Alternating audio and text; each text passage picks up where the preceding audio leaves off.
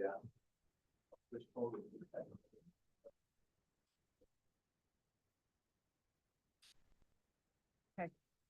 Are you ready? Yep.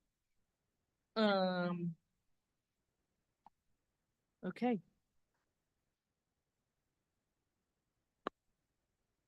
I am going to call the regular Moab City Council meeting to order at 6:00 p.m. on April 9th, 2024, and I'm going to ask Brian Martinez to lead us in the pledge this evening.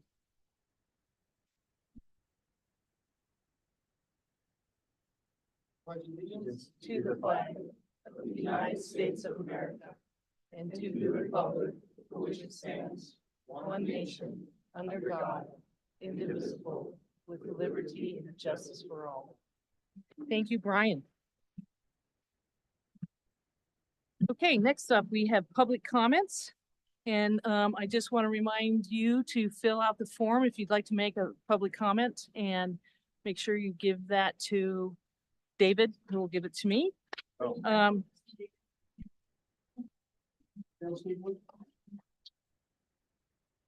Okay. Thank you. Great.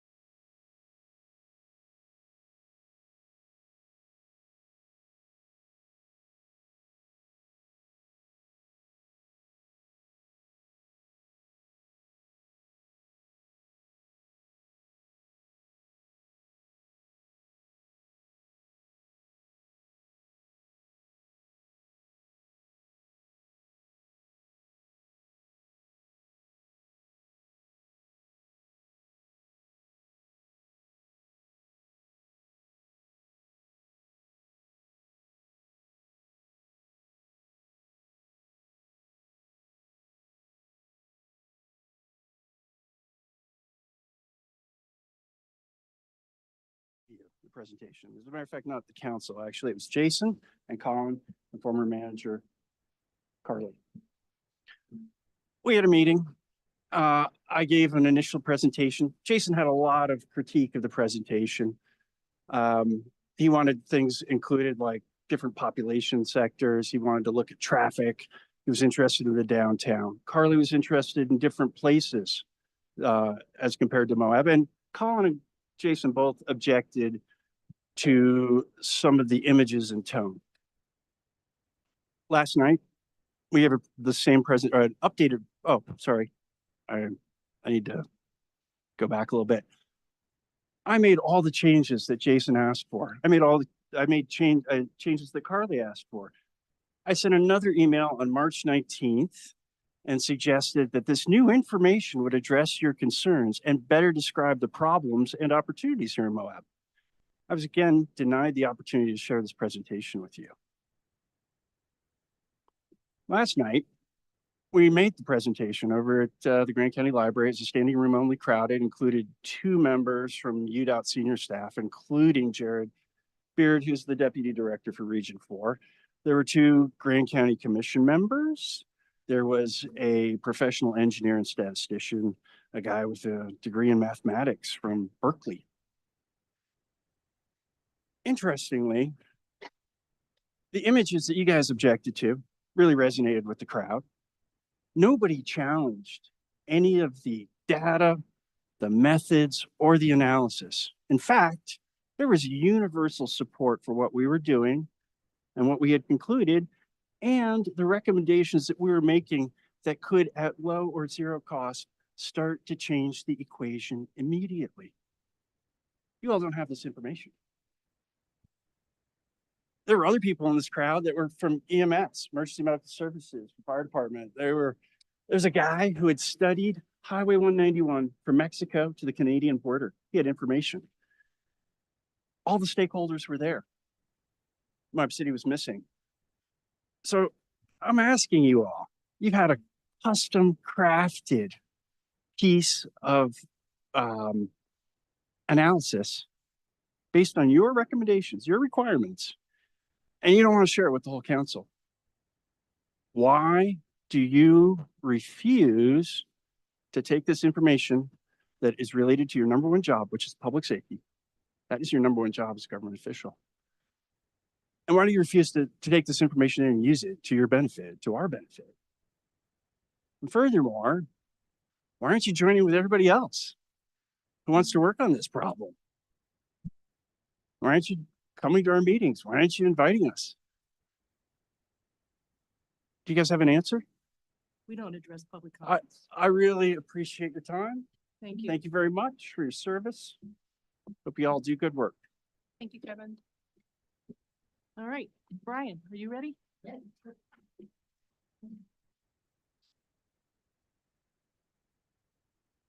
I'm Brian Martinez, and I'm over there at NavTech Expeditions.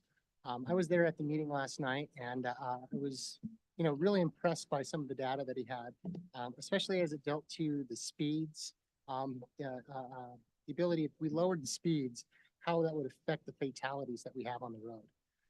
I'm right there at NavTech Expeditions, and one of the things that's important where we're at right there is that's where those 2 new traffic lights went in. And I can tell you that after those 2 new traffic lights have gone in, I've seen 0 accidents right there. I was seeing, anywhere between 2 and 3 major accidents a season out there. Times that we have to actually go out there and provide first aid to people out there on the highway.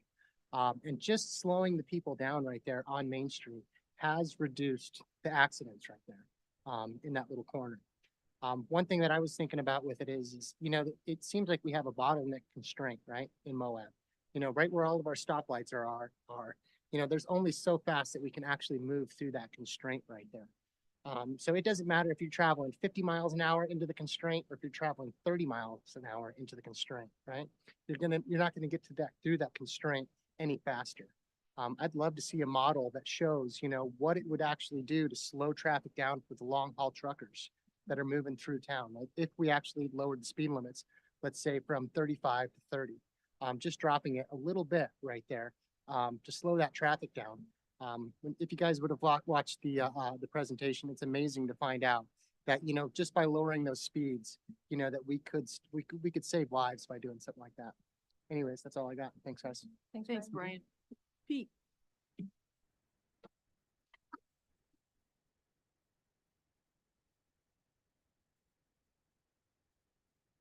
Hi, I'm Pete Gross. I think most of you know that. First of all, I want to thank you for your time. As much as I hate sitting here and speaking publicly, I would much rather be here than sitting in your position because I know how difficult it is. And I think you guys do a great job. And also, I'm going to disappoint you. I'm not here to speak about my favorite issue. But I did happen to go to the meeting last night. I found it very informative. And if the attendance was any indication, there's definitely a lot of people that feel passionate about it. And somebody else may be able to correct me. The three take-home messages I got were that would be low to no cost would be lowering the speed limits. What was the other? Crosswalks being just painting them so they're better, well-defined. I won't waste your time telling you a story about how I guess I'm starting to tell it. 300 South, I was crossing from Zions Bank to High Point Commerce as a pedestrian. The light was green in my direction with the walk signal. There was traffic coming from towards my direction wanting to turn left. So I ran across the first part just so I wasn't holding up that traffic. Cars were backed up about 2 or 3 deep in both of the northbound lanes. And I just happened to notice as I was about halfway across, I could see a pretty high profile vehicle moving along. Didn't look like it was slowing down much. There was a big motorhome towing a trailer with an off-road vehicle coming down the right-hand lane. If I had continued running across, I think we might have bumped into each other and it wouldn't have been a pleasant experience. But I actually stopped. I jumped back. I was startled. And that vehicle only slowed down enough to execute the turn. Didn't even make the pretense of a stop. But anyway, that's a little bit of diversion. And the other one that they mentioned was traffic calming. Trees along the sidewalk, along the sides of the streets. But okay, the one issue I want to address, which I think Brian touched on, was the impact of lowering the speed limits. There's actually, if you study traffic flow, actually fluid mechanics is commonly used to model traffic flow. And in fluid mechanics, one of the first things you learn is calculating a mass flow rate, which applies directly to this issue. The mass flow rate is the density times the speed times the cross-sectional area. The cross-sectional area doesn't change. It's going to be the same. You lower the speed, but vehicles can be closer together. So the density increases. You can get the same mass flow rate with a lower speed limit. So that was the only real pushback I heard from some people was like, oh, it's going to cause traffic to back up to arches and stuff.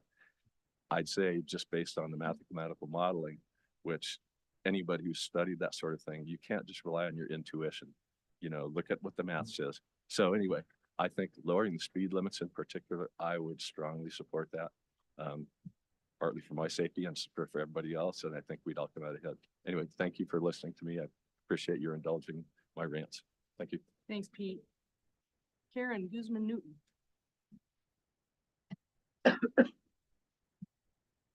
Hello, my name is Karen Guzman-Newton.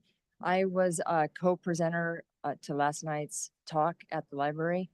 I was very sorry to have missed seeing your faces, especially some of my candidates that I thought for sure would be on board with transit issues and connectivity and safety. Still very uncomfortable for me to speak in public, but the last group that I would have imagined getting resistance from was my local officials. Is really disappointed to hear that you guys didn't want to see our little school project that we embarked on at the University of Utah. Many of you know I have been interested in transportation and movement of our community since I was a council member. Last night was very encouraging to see so much support, and it was amazing to see UDOT there. There was a lot of data that seemed to be a hang up for some members of this council, and images which Kevin mentioned. And I would say, the images of the newspaper clippings, if that gave you pause or if it bothered you, that's exactly why we need to talk about it, because safety is a priority for everyone in this community and for all of the visitors who come to enjoy Moab. We live in a really incredible place and we can make it even better. I was encouraged by UDOT's words after the meeting. I think we need to put the personal indifferences aside and work together. There's no reason why we can't do this. So I would really hope, and again, another point, I don't know if I didn't work with many of you, except for Tawny and David for a little bit. I was one of more of the frugal members of council, and we do have a really fantastic downtown plan that we already paid for in 18. And I would really like for you guys to look at that. And we've got to stop the spending that is happening in this body. And I would also just like to say that, the solutions that Kevin and I came up with were the lowest cost with the highest, lowest cost. I'm sorry, I'm nervous. The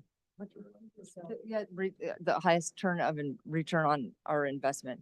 So again, it was medians, high visibility crosswalks, and reduced speed limits. So thank you. Thank you, Karen. Wendell Williams. And if anybody else would like to speak, please fill out a form and present it up here to me. Hi, my name is Wendell Williams, and I'm here to talk about Main Street as well. Sorry, noise. Moab's Main Street is dangerous. We all know it's dangerous. UDOT has confirmed it's dangerous. And as Karen Guzman-Newton presented last night, there's a lot that Moab could be doing right now to make it safer. I would like to see the city and the county work together with UDOT to make some quick changes to Main Street that would make it safer. As was pointed out last night, the city could immediately change the speed limit to be in line with Federal Highway Administration recommendations for cities with main streets that are federal highways as implemented by cities across the country. There's a lot more we can and should be doing to improve the safety and experience on our Main Street. Main Street is vital to our economy. It is vital to the character of our community. We need a strong and vibrant and safe Main Street, not just for visitors, but for our community. Thank you. Thank you, Wendell. And the gentleman that's filling out the form, if you wouldn't mind, do you want to speak? Yes. Okay. Is that Dan? Oh, Dan, sorry. For some reason, I didn't recognize you for a minute, but Dan Stenta, I know who you are. Yeah. Yeah, we just need that for the record. Thank you. I noticed that on your agenda tonight, you are going to be discussing, or there's a presentation on the capital improvements plan. I took a quick look through the agenda packet regarding that, and I found it to be a little bit confusing as to the difference between a constrained and the unconstrained, but perhaps in the presentation later that'll get explained. One concern that I did have that I wanted to express, though, is that I'm encouraged to see a lot of these projects on here. I think that for a long time, capital improvement projects did not get the attention that they deserved. Some of you will remember that I was maybe one of only 2 people that spoke at the income tax hearing that was held some years ago in favor of an income tax, if it would, or I mean, not income, but property tax, if it would be spent on capital improvements sort of thing. I am concerned, however, about the price tag of some of these projects. I feel like there hasn't been enough effort put into value engineering some of the projects that the city has has bid recently and looking at some of these budget line items for things like uranium, 100 East, uranium to 3rd South, that's like 900 feet of new street for 4.5 million seems excessive. 100 South one also seems excessive. I know there's a lot of utility issues that are there on these streets. It would seem that the utility replacements and all should be part of the enterprise funds for the water and sewer things. They should not be coming out of general fund for road improvements or something like that. I realize that maybe there isn't that money in those capital improvement funds, but I would like to see some effort put into looking at trying to keep the cost of some of these improvement projects down. And that's all I have to say. Thank you, Dan. Anybody else like to speak? All right, I'm going to move on to department head updates.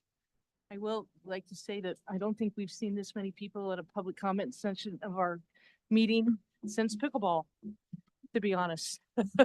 So thank you all for coming and appreciate your comments. All right, Nathaniel, is Emily here with you or is it just you tonight? I'm just stuck with me. Okay, well, don't be afraid. Oh, well, that's, sorry. Okay, James is here. He's wonderful. I'll see if I can do better with the microphone this time. I was barely audible last time around. As Joette said, my name is Nathaniel. I'm one of the victim advocates with Moab City Police and the Grand County Sheriff's Office. I've been at this position just a little over 2 years, and since we have a couple of new council members, I was going to go over a brief overview of our program. But I also asked you guys to submit questions, and you submitted some really wonderful questions, so I don't want to take too much time, just go over the basics so that we can address some of the stuff that you guys had emailed to me. So basically our program works within, we're what's known as system-based advocates. So we work within the system of law enforcement and criminal justice in the county. We work for both the Moab City Police Department and the Grand County Sheriff's Office, as well as the Children's Justice Center and the Prosecutor's Office. So what that means is that we work with primarily victims of violent crime, rape, child abuse, sexual assault, lots of domestic violence. Just about anything that results in like a serious criminal victimization. We also work with some civil issues, protective orders, stalking injunctions, things like that. We generally stay away from other civil matters and focus more on criminal victimizations. So we'll respond with officers to crime scenes. We spend a lot of time in the emergency room at all hours of the night and morning with victims that have to be hospitalized. We'll respond anywhere in the county. We also work a little bit with the federal agencies, and we occasionally respond to things within the national parks in the area. Actually, Jason asked about working with other counties. We don't officially work with other counties, but you know, there's a lot of overlap. I mean, a lot of criminal victimizations happen right on county lines, and it just makes sense to work cooperatively. So we do tend to work very closely with particularly the advocate down in San Juan County. Occasionally Emery County, I responded up to Green River for a call year before last. Not as often, but every once in a while we do have cases that overlap like that. We don't have formal agreements in place for that, but I don't know that that comes up often enough that we would need to formalize anything like that. But you know, if San Juan or Emery calls and requests our help with something, we're not going to say no. I mean, we have to cooperate, especially in rural areas. So that hasn't been any kind of an issue whatsoever. So we respond to crime scenes and initial violent incidences. But because we also work with the prosecutor's office, we get to follow cases all the way through to whatever their outcome is, sometimes all the way through to a jury trial. And that's particularly rewarding, working to support a victim of crime through the entire process, should it go that far. And that's something that it's neat to see because we get to follow a case all the way through. There was some, and also please interrupt. I don't know what to do with myself if I work on one task for more than 15 minutes without an interruption. So please interrupt if you think of something. questions came up about our funding. So we're no longer on VOCA. That's the Victims of Crime Act. That's the federal grant that supports a lot of programs in the state. My first year here, we were finishing up the end of a VOCA grant cycle. VOCA was forecasted to be cut by as much as 40% starting the current year that we're in now. And a cut of that magnitude would be pretty catastrophic considering how many organizations are absolutely reliant on it. So the state made a couple of $1 million available last year to completely take over funding away from VOCA for certain programs within the criminal justice system. So they picked programs all throughout the state and our program was selected. So basically it meant that the roughly $50,000 a year that we were getting from VOCA is now entirely paid by the state. We anticipate that's going to continue. The state program is definitely easier to work with. There's fewer hoops that we have to jump through than are required for federal funding. So we also appreciate a little bit of a reduced administrative burden there. And it's easier to apply for. So we've already announced our intention to continue applying for the state funding at the same levels. So like I said, that pays for about 50,000 of our annual expenses. The rest is paid primarily by the city with a little bit of money from the county agencies as well. I don't pay much attention to the city funding because frankly, I don't have to provide reports on that. So I'm going to focus mostly on the grant side of things. We provide a quarterly report to the state. Now it used to be the federal government, now it's the state, on the services that we've provided, our numbers, the usual demographics that you would expect, as well as a quarterly billing to get the state to basically reimburse the city for a portion of our expenses. I'm trying to think of the other. So my laptop is in timeout right now. I had all your questions in a document. I don't have that with me. And I can't remember some of your other questions. There was a question about how much, the breakdown of your calls for county, city.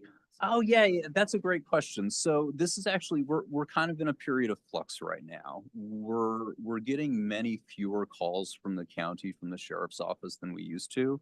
And it's hard to know what to attribute that to. I try not to read into that too much. I think that a big part of it is that there was a state law that went into effect this last year having to do with what are called lethality assessments. A lethality assessment is a questionnaire that's been developed for survivors of domestic violence. It's about a dozen questions, and it allows that person to compare their situation with thousands of other cases nationwide that have resulted in an eventual homicide. So it doesn't necessarily predict future outcomes, although it can be helpful for that, but it lets people look at their situation and just by the numbers compare it to other people in similar situations that may have been eventually murdered by their perpetrator. So a state law went into effect that requires that all domestic violence calls of any kind in the state, everything, and this is pretty diverse. If this is property damage or theft that has a component of domestic violence, that potentially falls under this umbrella. So it requires officers to do a lethality assessment. Well, to offer a lethality assessment, a survivor or a victim can always decline. They have that right. But officers will offer a lethality assessment. And if that lethality assessment, it's kind of a mouthful, if it results in a high risk score, if they answer yes to a certain number or type of questions, it requires a referral to the community domestic violence program, which would be here, Seahaven. So what's been really cool about that is that it's dramatically increased the number of our calls that are getting support from Seahaven. We work very, very closely with them because they provide some overlapping, but mostly just very complementary services to what we can provide. So having them as partners is already critical. This law having to do with lethality assessments means that a lot more cases are getting those good referrals to Seahaven. So the reason I mention that is that this reduction in calls from the sheriff's office pretty much exactly coincides with that law going into effect. Now, that law was not designed to remove system-based advocates from the process, but the law wasn't really written with a lot of feedback from system-based advocates. So it is highly focused on community advocates like the folks over at Seahaven. That's not necessarily a problem. But it has meant that a lot of officers have treated it as an either or option rather than both and. And I think that the greatest strength is both and when we're working together on these calls. So if I had to guess, I think that a lot of those county calls are getting the Sea Haven referral, but not necessarily being brought into our program. That's not necessarily a problem, right? Like the more service providers we have, the better. So I think that's a big part of what that reduction is coming from. The other thing that's come up, and Luke had asked about this last summer, you know, we added a second advocate, which was amazing. That showed an incredible level of support from the city. Within a matter of months, that position was made full-time, which was also a really significant thing, and we're pretty appreciative of that. Our workload didn't go down because during that same time period, we also fully staffed the police department. And it's funny how you start finding a lot more crimes when you have more officers in the community. So our workload is manageable. We're super, super, super busy, which I say with a smile on my face because I'm very enthusiastic about this work, but that's also very, very tragic. Please don't misinterpret the enthusiasm that I have for this work. But it means that having that second advocate didn't necessarily reduce the workload. It did help me keep my sanity. And the other thing that came up is that I had a family emergency last fall. I had a really serious illness in the family, and I missed a really significant amount of work all through last spring and summer.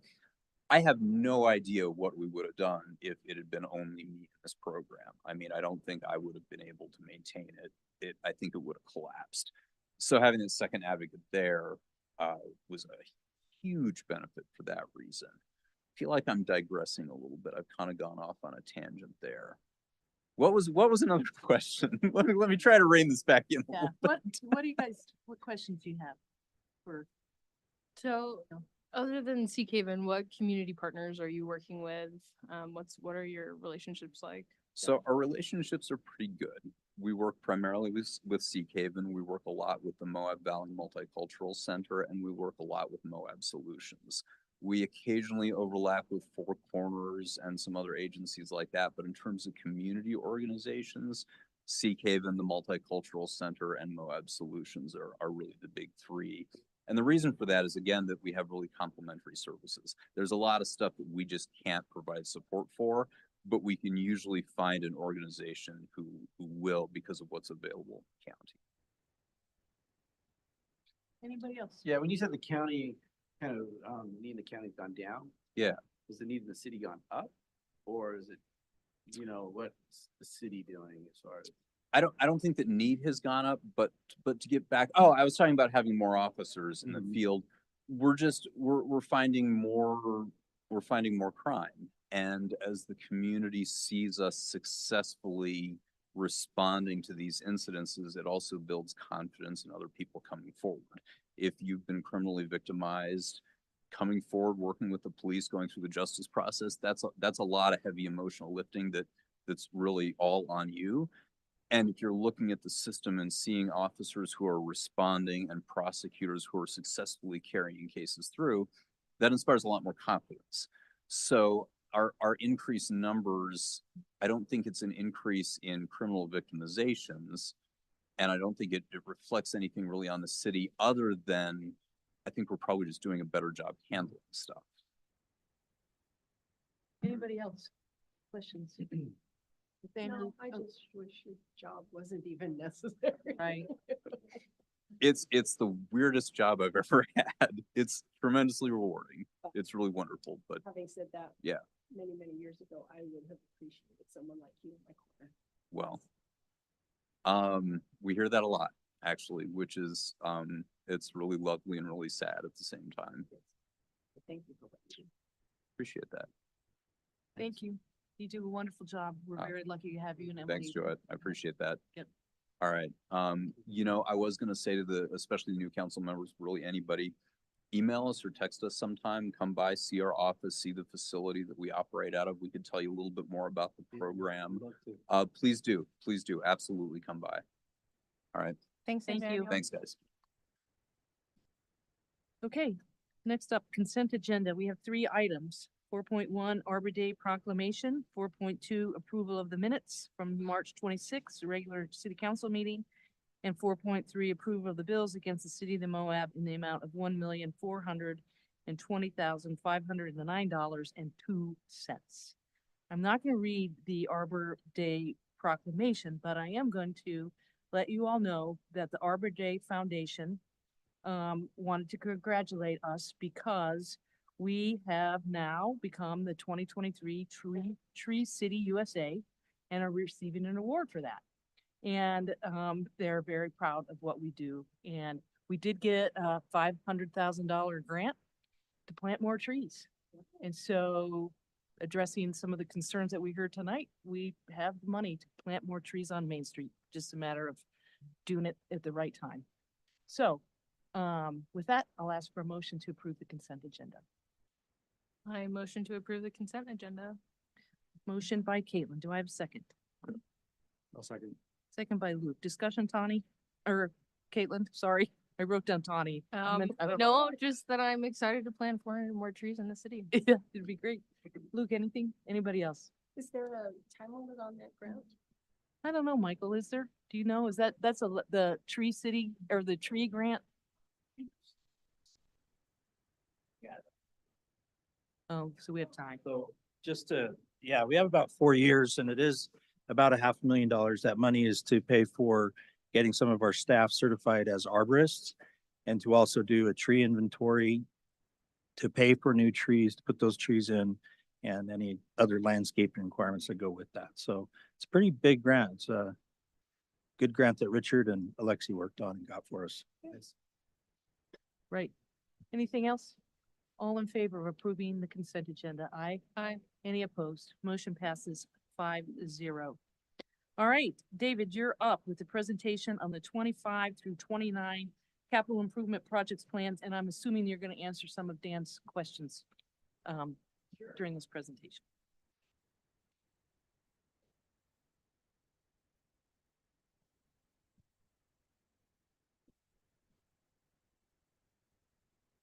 Okay, everybody hear me okay?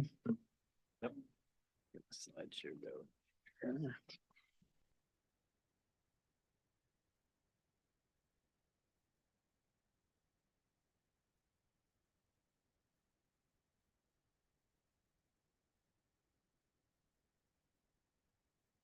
All right, I'm gonna flip around a little bit in terms of slides, but we are talking about the 5-year capital improvement projects plan, also known as the 5-year CIP.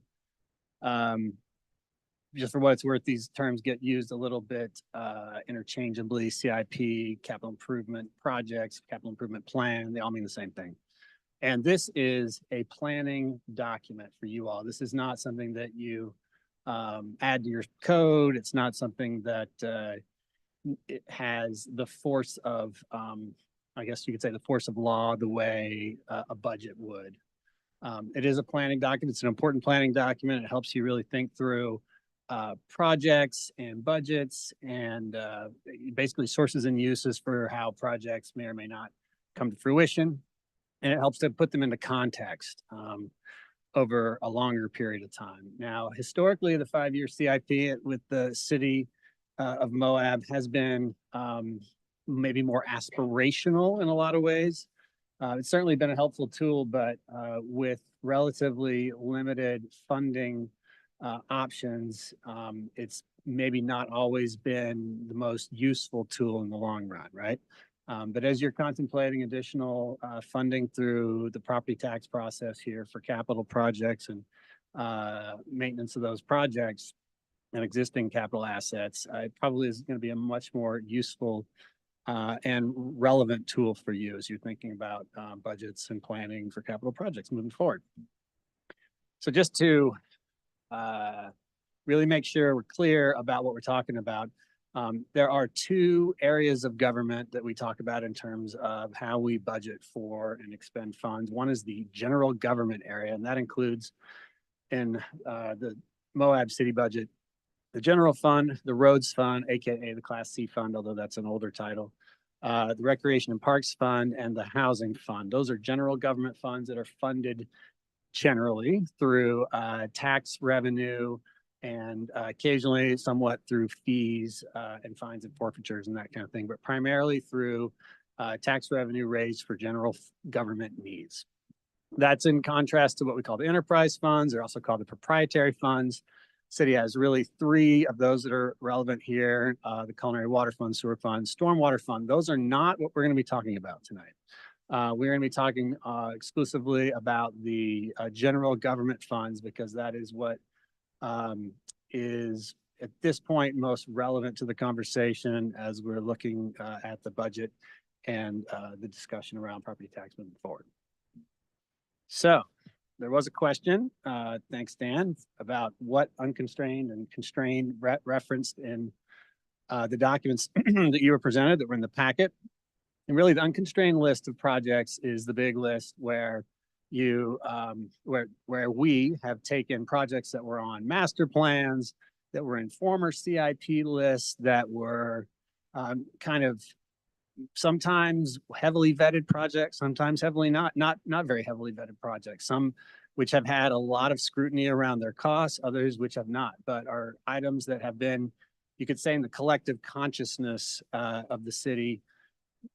And those are on the list, along with, like I said, projects that have been derived specifically from master plans. And a big one that fed into the big list, a big plan, or a plan that fed a lot of this, was the Unified Transportation Master Plan, which was a joint effort by City and County and UDOT, I believe, to really come up with a list of transportation-related projects for all these jurisdictions for the area, for the greater area. And so you'll see those referenced at times in the list. The constrained list basically says, all right, what are your funding realities? Excuse me. What kind of revenue sources are available to you? And given those, how would you essentially marry certain projects or a list of projects to what your funding sources are? And so this is where it starts to really get into reality, right? I mean, we can talk about wanting to build a, $50 million worth of recreational facilities, and that's fabulous. But we, unless there is an appetite for basically taxing at a level that would generate that amount of funds, it's probably an unrealistic thing to really assume will be on our list. So the constrained list really tries to match these funding realities with priorities and builds a plan that is understandable for how to pay for projects. Now, I should back up and say, this is all totally subject to whatever prioritization you all want, right? Like this is, the initial list is really a staff recommendation. It's not a, anything that, obviously the recommendation, but if you decide that you want to see different items on this list, or if you decide that you want to reprioritize them, that is 100% your discretion to do as the policymaking body. So, let's see. Yes. So here I just had a couple notes. The constrained list really does try to define these, weigh the factors that exist. And two of those really are on maybe ends of the spectrum. One you could say is like essential infrastructure needs, and then the other end would be maybe amenities, for lack of a better term. And you could certainly make arguments that amenities can be, critical infrastructure needs if they provide community well-being and health and really add to the quality of life at a place. But at some point, you kind of have to start to differentiate a little bit in terms of how you prioritize projects. And then, the constrained list identifies realistic funding sources and then maps those projects accordingly. So let me go to the actual list. So this is the unconstrained.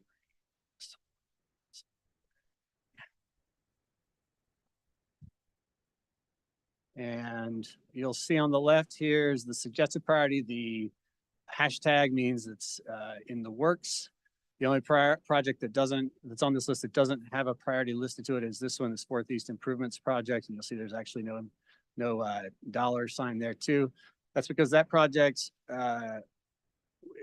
as was recommended by staff, is more or less broken up into components and other categories within this unconstrained list.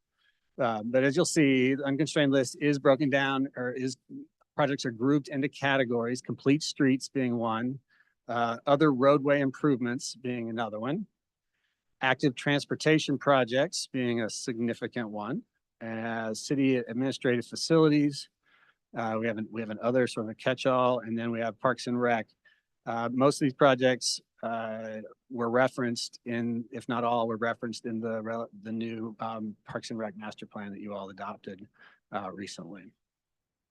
So these are the list of projects, and yeah, I totally agree that some of these numbers are guesstimates in terms of project costs. As you look through them, we will spend the summer vetting these numbers a little bit better to try to get them a little more accurate. But until we get really closer to project, time, we want to be careful that we're not underestimating projects at this point. We've certainly had some history where that's come back to bite us. And so we did try to be as conservative as we thought was reasonable in terms of estimating costs for these projects. But again, some of them, like I said, have had significant vetting in terms of costs, others have not. And they've just been really guesstimates based on other projects that we've done that may have some relevance to those projects. So that is what defines, oh, and then I wanted to make one note. I did have an error in the spreadsheet from before. We had a much bigger number here for this intersection there at the Mill Creek Drive, Spanish Valley intersection improvements, really where those roads meet. The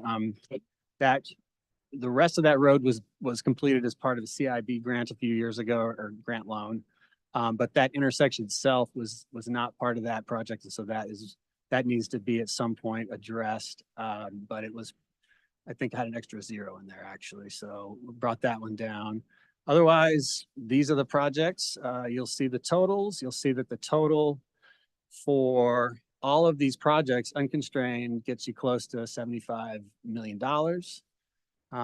This is the unconstrained list. So moving on to the constrained list.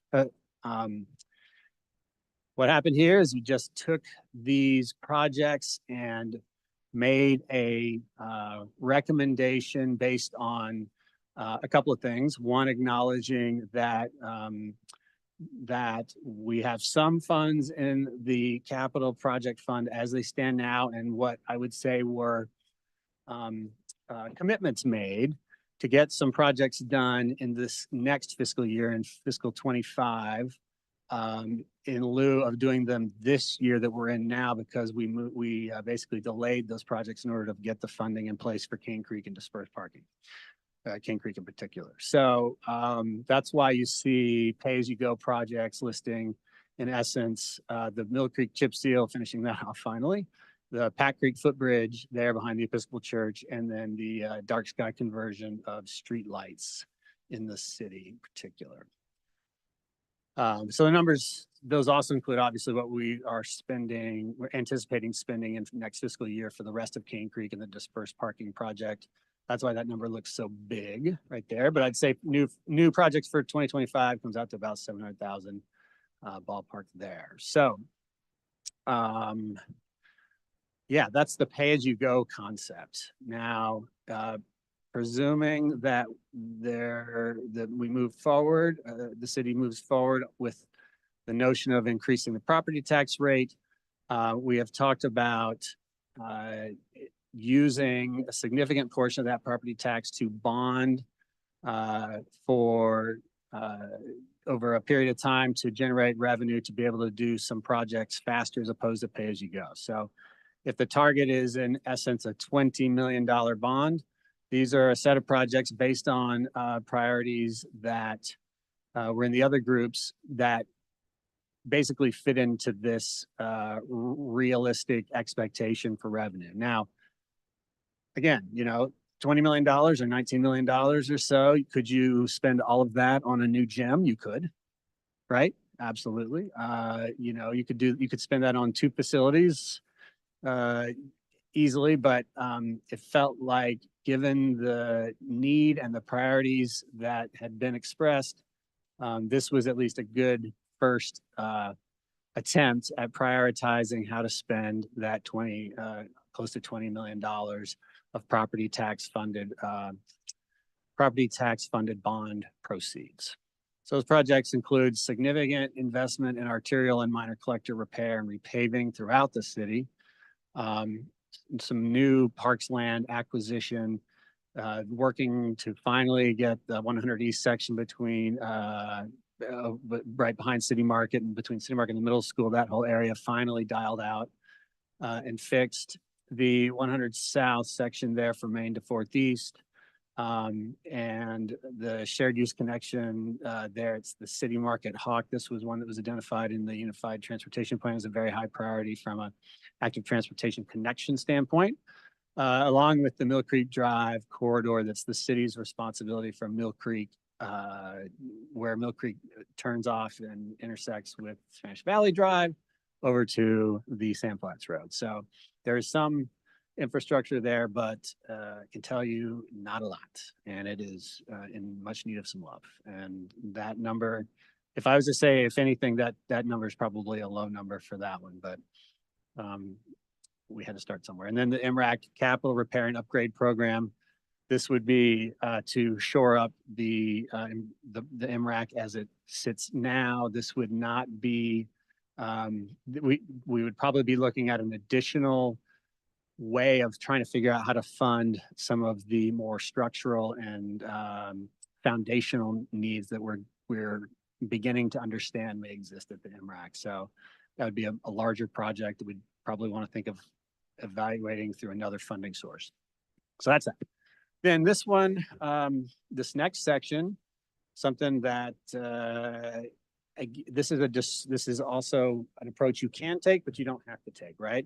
And this is where the city has been collecting the RAP tax, and you could, in theory, bond against those revenues as well. You don't get nearly as much because it's not a huge funding source, but you could probably generate about $5 million, depending on the interest rate and the timeline for payback, for a larger project that is RAP tax funded.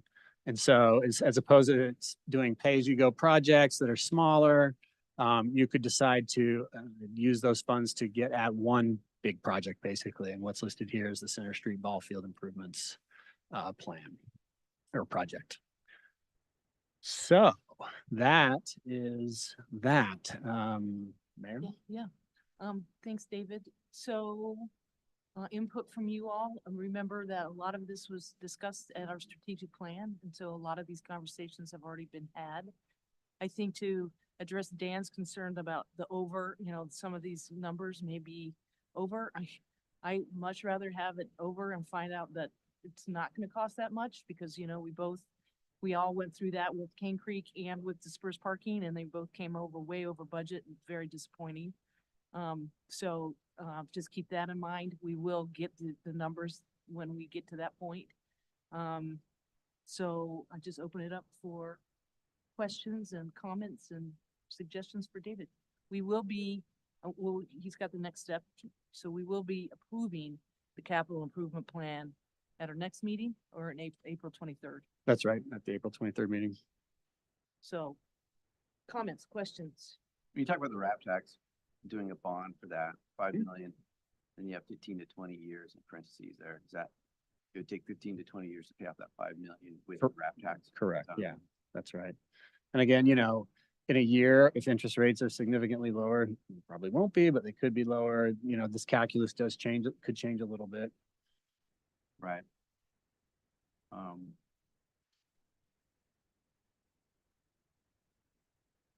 don't have any questions for a second. Well, just related to the RAP tax, can you remind us how much the city generates annually for the RAP tax?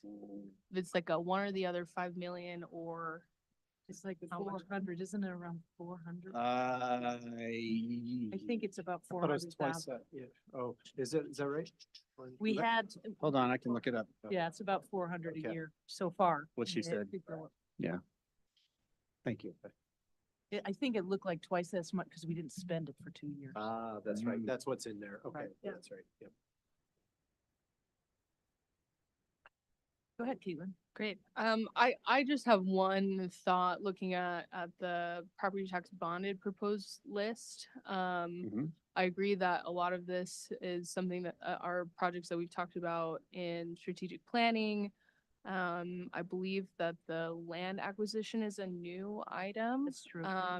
I personally would like to see that deprioritized. I think for property tax, my priority in general is gonna be, infrastructure, repair, maintenance projects.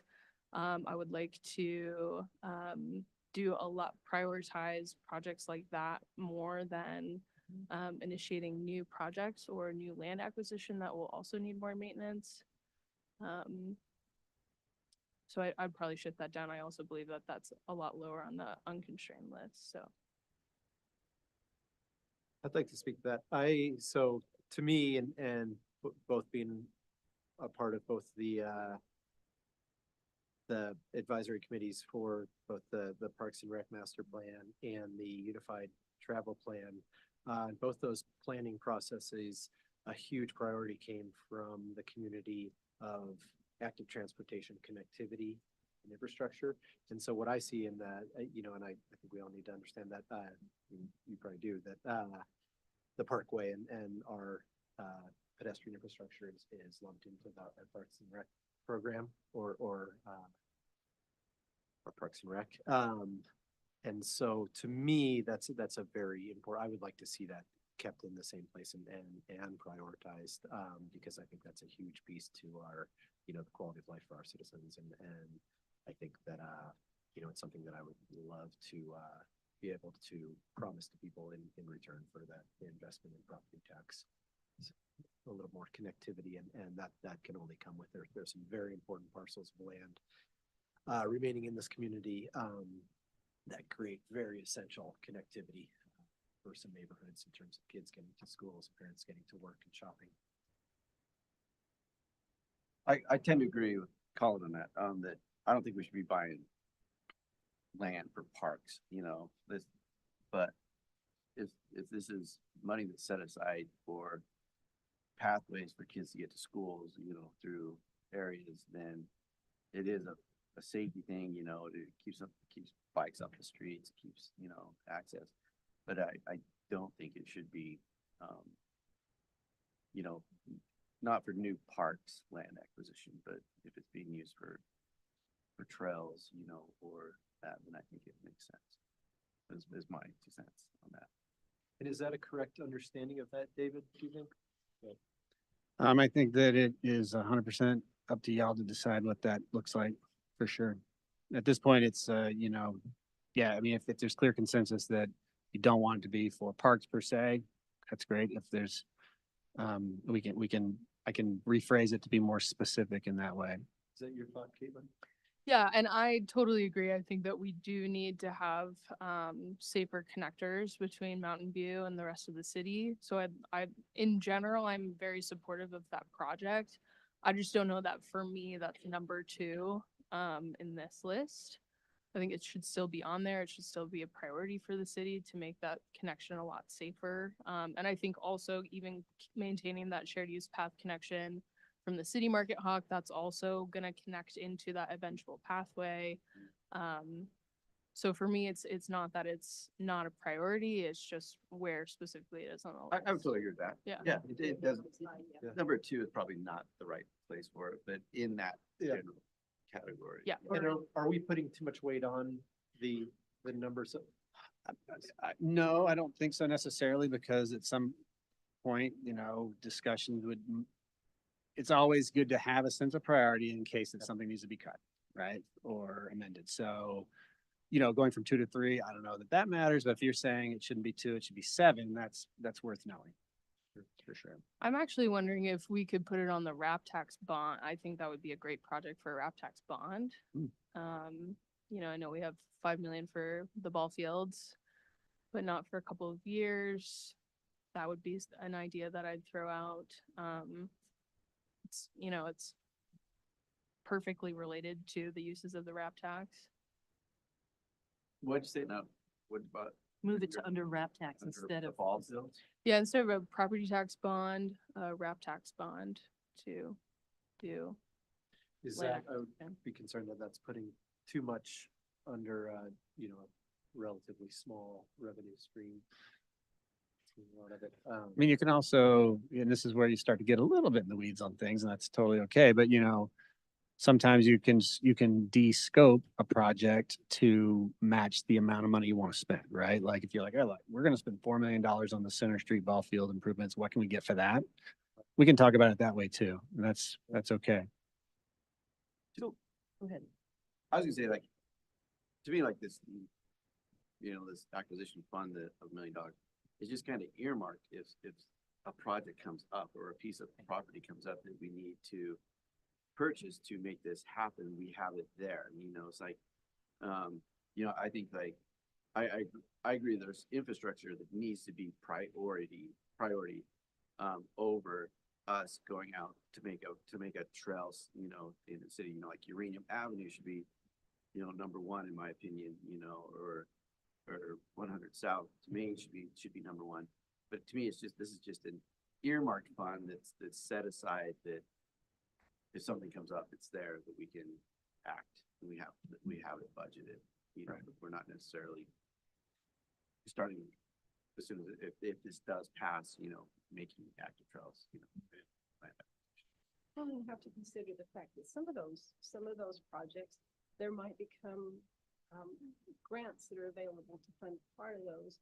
And so if you can move that, if it's number 4 or number 5 and you've got a grant, you can move it up to number 2. You're offsetting part of those costs with your grant. So I wouldn't say that any of those numbers are exactly locked in. If something were to come up, Sure.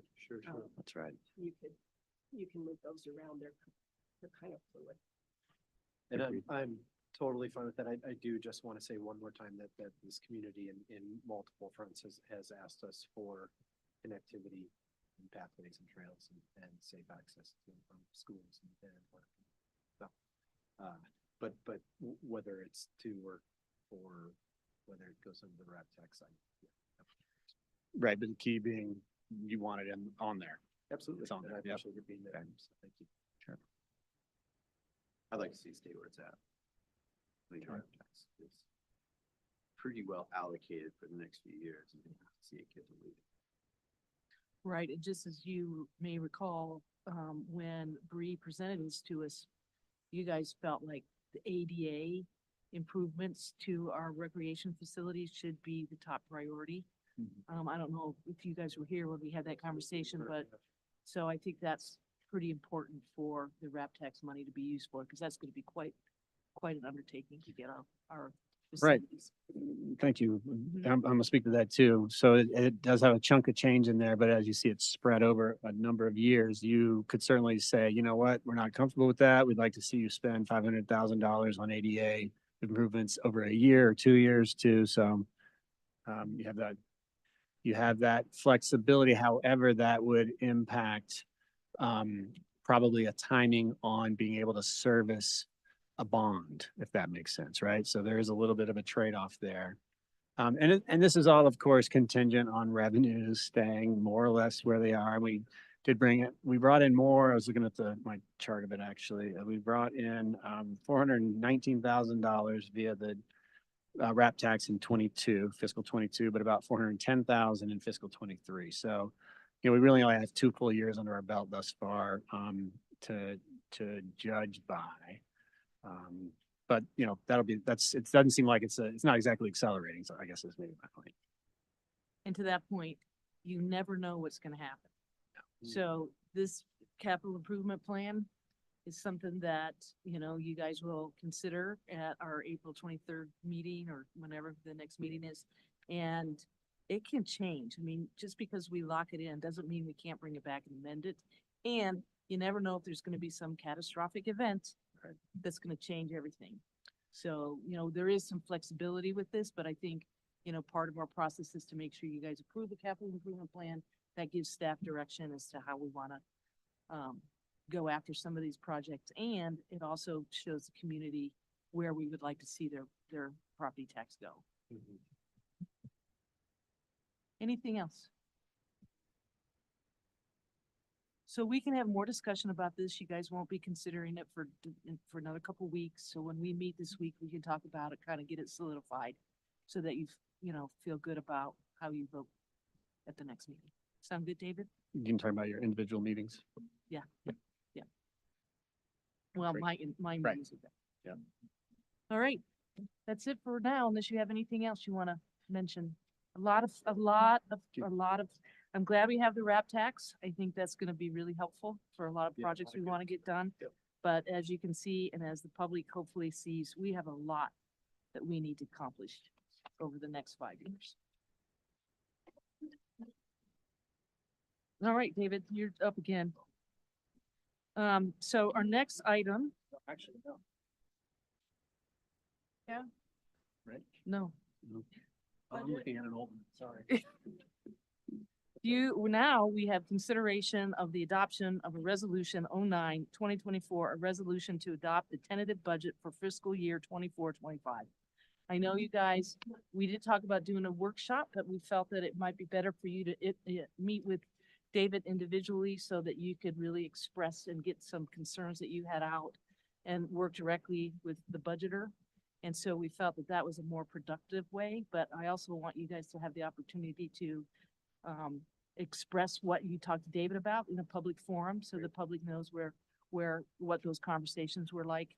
And so David, I'm just gonna have you go ahead and present the budget, and then we'll open it up for questions and comments, and then I'll ask for a vote.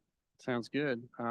Don't have a overly substantive presentation, just acknowledging that the tentative budget is a next step in the process. You had the administratively recommended budget presented to you, a discussion around that.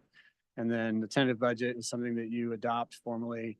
And for those listening in the ether, that is in case something crazy happens and the council is unable or unwilling to come to an agreement on a final budget, then the tentative budget would become the final budget by default. So I'm not going to go into these, but just for the sake of revisiting what the top line summary was, it hasn't changed from the administrative recommended budget. And then let me just get into the actual line items here. We've made notes regarding items that you might want to discuss. So there not a lot of changes from the administrative budget to the tentative budget. I'll come back to this top note, but one that we did make, it seemed like there was consensus on, was with regard to moving some of the community contribution items into the police budget for contracts at that point, because they're all related to police services that are provided by third-party contractors. And so you'll see that change in the police budget here and reflected in, it's a zero sum change, although it did adjust the numbers down back to the original 2024 numbers per the conversations that we'd had. So that resulted, in a little bit lower of need for revenue, just a little bit there. So we made that adjustment in the overall fund balance contribution into the general fund. That was really the one of significant note. So this at the very top is probably where we should start. One item I know that's been of part of the conversation here is this notion of longevity and compensation for employees here. So I just flagged that here. It's not a particular line item in the budget because it would be something that would be reflected in all of the salary amounts in the various divisions within the city. So my understanding, it was that it's really a matter, we did include a merit and we did include bonuses in the budget. What that exactly looks like, I think staff is, knows. I mean, I can't repeat that, but I think we did include that in the budget for staff to receive merit increases and bonuses based on performance. right, and that's a restoration of those that were not in the current fiscal year. Right. So So longevity was what it was called before. Now it's just a matter of a name change and how that money is distributed, I think, you know, you guys have a plan for that. Where is it in here? Cause I, It's in everybody's salary, cause it's, so it's not separated out individually. So it's under, Yeah, so it's like blended into that's why you sometimes see us, this jump in costs from fiscal 24 to what's proposed for fiscal 25 in the 510 code there in each division. Well, but that jump also includes COLA and merit. Correct. Longevity. Mhm. Yep. correct, Right. except for electives. I think you're gonna talk about that too, right? right, so does this have like in kind of I'd ask for $80,000 to be added into the budget for this season for longevity, and I guess that would have been implemented within salaries to include salaries, merit, bonus, and longevity, all within that. All within that, because it was that we would come up with a plan, and so I think that if we were to add that in there as a budget line item, then we can, if there's another plan that comes out that is that takes in all that we had talked about. But my thought is that we're going into next year, we're looking for a city manager. We got, property tax going on. We got a lot of things going on. And I would like to see it added into the budget so that if we don't get to it, we can fall back upon this original line item. So we have some. Yeah. It's a placeholder. It's a placeholder. Well, I think that's what the bonuses are. That was my understanding, that the bonuses are for a replacement for longevity. And so, But if we don't get to it, I just kind of want to think- make sure that we fall back upon the right, the longevity plan that was in the employee manual. I can propose a way through, Please. which might be that under human resources in the other category, which is a bit of a catch-all, we can budget funds there, and we could call it longevity / retention, potential longevity retention funds TBD. basically. Yeah, Yes. within HR. That's a great idea. Yeah. Okay, great. that way, it's just a fallback. Yes, We don't need it, we don't need it. Yes, Right. exactly. I If we think don't that's come up with a reasonable. plan. then Yeah. Yeah. Okay, excellent solution. So just to make sure I'm clear, so we're saying longevity is currently included in the salary budgets. We're gonna take those out, put them into professional and technical. No, I HR. think the merit, the COLA, and the bonus is included in the salary. We're gonna have a separate line item For in longevity. human resources. Correct, For yeah. longevity, Yeah, so that if we need it, it's available. but we'll come back to you we'll make sure we're circling back to you before we spend that. I think Right. is maybe the way to put it. Exactly. You good with that? I'm good with that, yes. Okay, so that, Good solution. thank you. So, I didn't mean to note that we did add a chunk of money here for a property tax abatement or offset program. We're in the process of developing what that would look like in terms of criteria and eligibility, but wanted a placeholder there for some funds. So, Thank you. yep, that was a request of council. And then we come to the elected COLAs discussion. Yeah, and I would just like to propose that we take out COLA for elected officials in the 2024-25 budget. And I'm in agreement with Jason.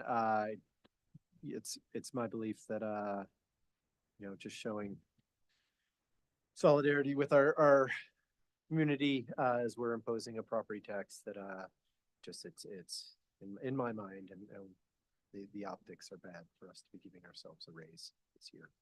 So would like to also see that taken out. Any other comments on that? I think it's important to remember that it's not always going to be us sitting in these chairs. It may be very important to somebody. I can go along with it this year. It's not worth the fight. And I will guarantee you, the public will not remember that we didn't do that. So, um, I think it's important that the council is united on the budget. Yeah, I think it's something that we should be mindful of moving forward, because kind of to Tawny's point, I want to make sure that whatever compensation is offered for council or mayor, that we're not blocking off like significant sections of our community who would potentially be attracted to wanting to run for this position. But depending on like the compensation level, sometimes like people would be losing money if they're working hourly and have to devote hours away from their job to this. And yeah, ultimately just to open it up to a greater diversity of people rather than people who can afford either a part-time income or really don't require an income. But I agree. I think the compensation as is like sufficient to kind of achieve that purpose. And yeah, I kind of like the symbolic, if we do move forward with the property tax, we're not increasing our wages to help cover that. Like we're going to be facing that increase in cost as well. I'll be the dissenting opposition to that, mostly because I'm in the majority. I agree with Tawny and Luke, and I think because of that, we were elected to do a job, and I think that I've seen so many. The county just went through this at the end of their budget season. I'm not here to martyr myself in order to pass off a lower salary to the next council person that comes in. I think, ultimately, if it's a one-time thing, I don't think that's a proper fallback to cut a COLA, because ultimately, over time, that's the easiest thing to cut first. As a council member, it's easy for me to say, I don't need that money, because I don't do this job to get paid for it. However, the fact is I'm here to do a job, and we deserve to be compensated for that job. And so I think taking out $12,000 out of the budget is not going to be very impactful to the budget in either direction. I understand the intent behind that.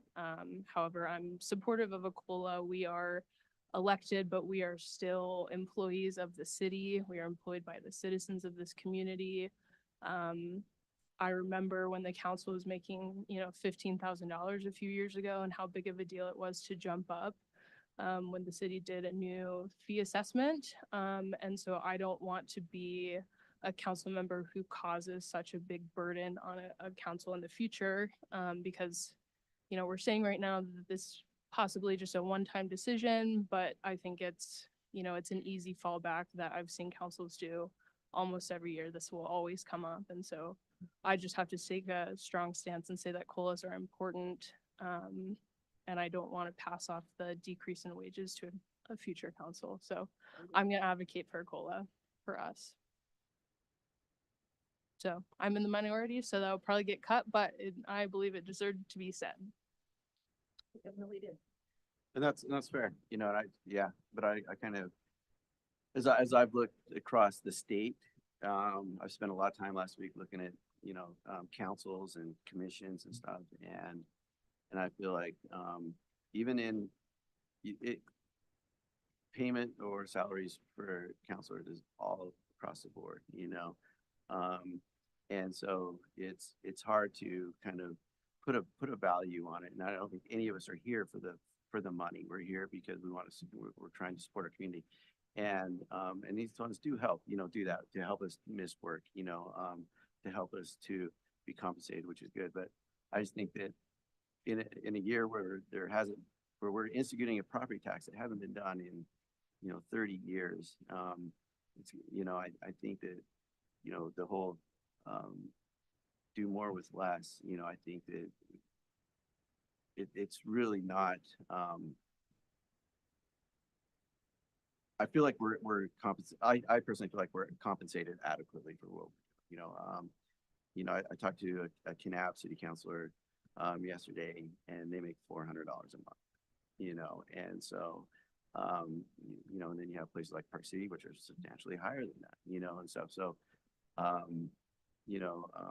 someone in South Jordan is making like $12,000 a year, you know, and stuff. So, it's all across the board in how you, you know, kind of, justify it, I think, but I would just like to, and if it passes, great. If it doesn't, but I would just like to make that motion that I would like to, or make that recommendation that elected officials remove COLA for this year.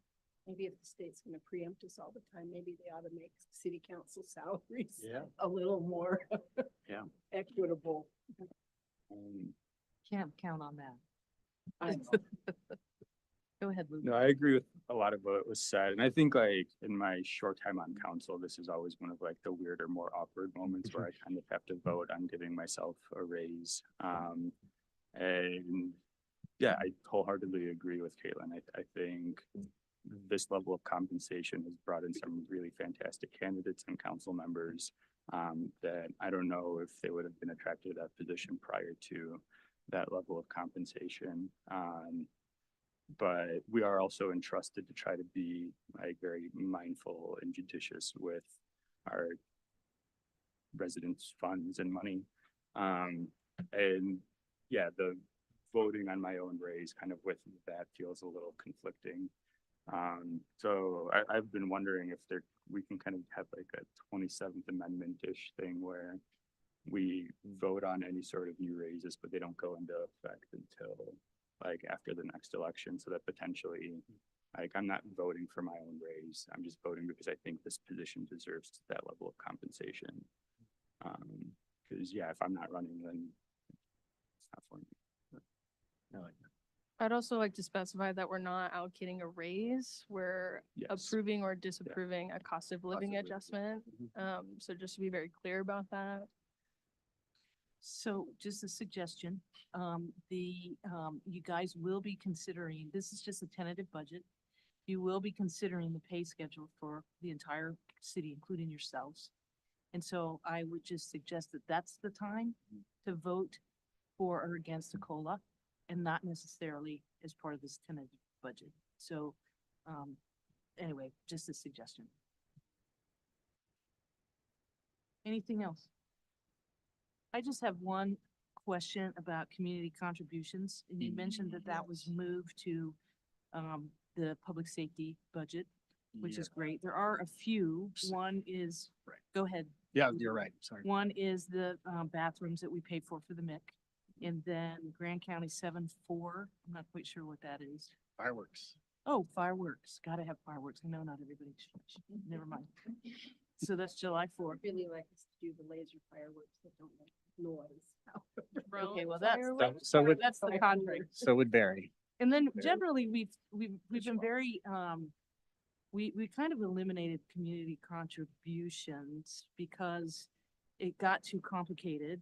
And so that's why we identified some of the, and you heard Nathaniel talk about the work that he does with Sea Cave and Multicultural Center, Moab Solutions. And so we decided, I think a year or two ago, that we wanted community contributions to really kind of go away and focus on those entities that are really providing a good service to the city and our community through our public safety office. So I don't think it's appropriate for us to have one specific community contribution as a line item, because I think that opens a door, and we can all talk about this when we meet this week.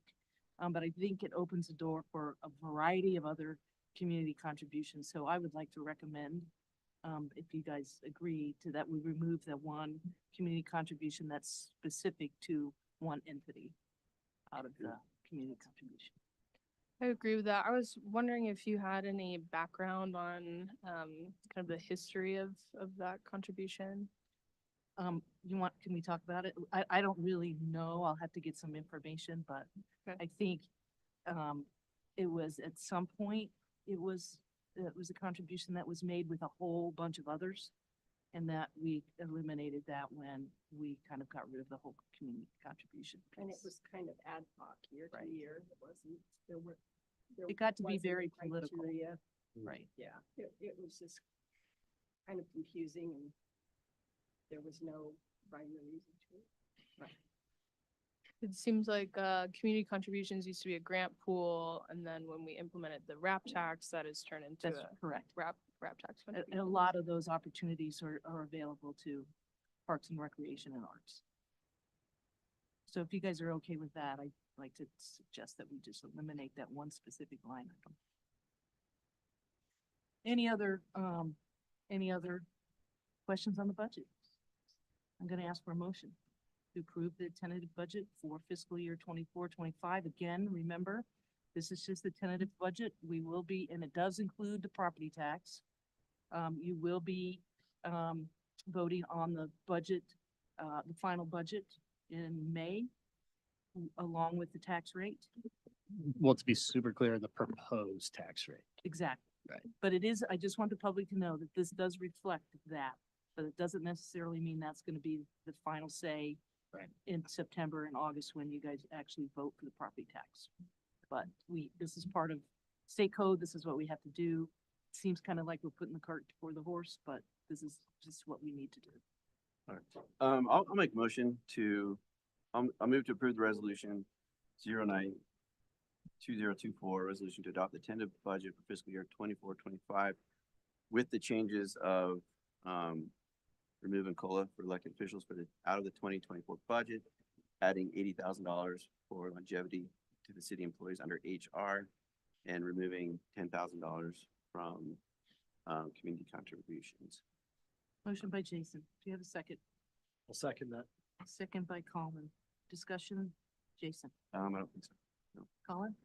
Yes, especially in regards to the COLA, I would love to see that just cleaned up right now and not to have further discussion on that down the road. And so I appreciate that motion, Jason. Anybody else? Discussion? All right, Caitlin? Yeah, I have stated my opposition, and so, my opposition stands. However, I agree with the other items that Jason put in his motion, so on the whole, anyway, that's all. All right, Connie or Luke?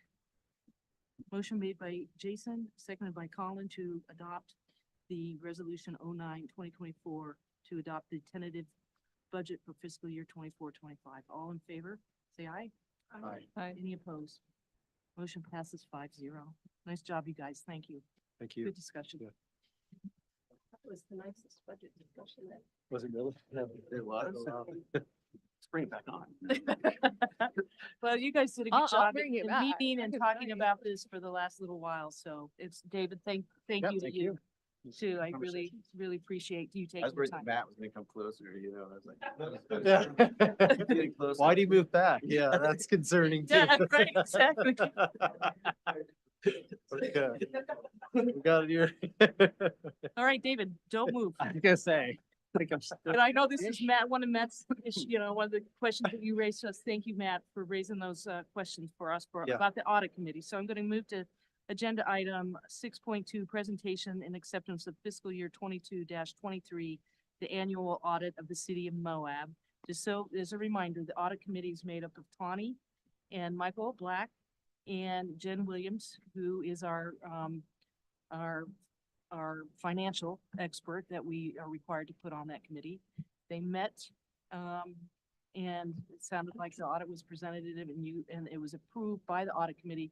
They're recommending to us that we accept the audit, but I know that there's some questions that you guys want to ask staff. So, I don't know, go ahead. Well, I believe that what happens is the auditors actually have a chance to speak to it and give you a quick rundown on Auditors? the auditors, yes? Oh. Ron, are you there?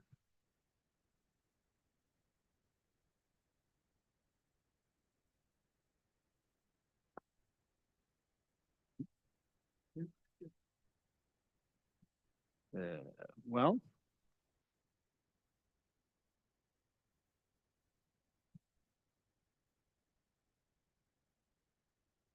Yeah, okay.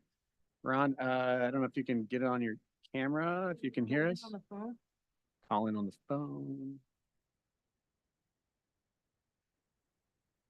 Well, you could We'll call give him it- a minute. Meanwhile, I'll do a little tap dancing. Yeah, why don't you do that? Which That's is that, the independent auditors are contracted by the city and we're required by state law to have independent auditors conduct an annual audit of the fiscal year once it ends. And they perform a couple of different roles, but one of them certainly is looking at controls. And when we talk about controls in the city, we talk about things like, how do we handle the cash that comes into the MRAC? How do we cut checks? What's the process for accounts payable and accounts receivables? And are those conforming to, the standards that are required by state law? And so they do a lot of, auditing, spot checking and asking for receipts and looking at processes. And if they see something they need to dig deeper into, they certainly do that. The process as it worked this year was that we were sent an initial list of documents they requested. Staff produced those documents, and then the auditors reviewed those, came back with additional questions, additional documents they wanted to review, and we got them those as well. So at the end of the day, there are two what they call significant findings, and one of those is that our fund balance was again over the state mandated 35% maximum level of what your general fund budget is, and that reflects the fact that we did not, in a timely manner, transfer funds out of the general fund and into other funds, specifically the capital fund at that time. And the other significant findings relate to the accruals process. And what that refers to is when money is spent or received by the city operates on essentially a modified accrual basis as opposed to a cash basis. So when the expense happens, for instance, let's talk about a specific example, right? Like say the city is, doing a $10 million road project over in a neighborhood. And in June of 2023, that money is, the project work that is done in that month of 23, but we actually don't write the check until July, which is the first year of the fiscal year in 24. Well, actually that expense needs to be accrued back to the to the month of June, right? So that previous fiscal year. And so that's when we missed a bunch of those and didn't quite have our accrual situation dialed back to properly account for expenditures in a fiscal year versus the current fiscal year that we're in. So that's a much less eloquent and probably clunky way of explaining what the auditors' findings were. I certainly hope they can jump on, and we have audio. Excellent. Well, I would love to stop talking about it. Great. Ron, are you there?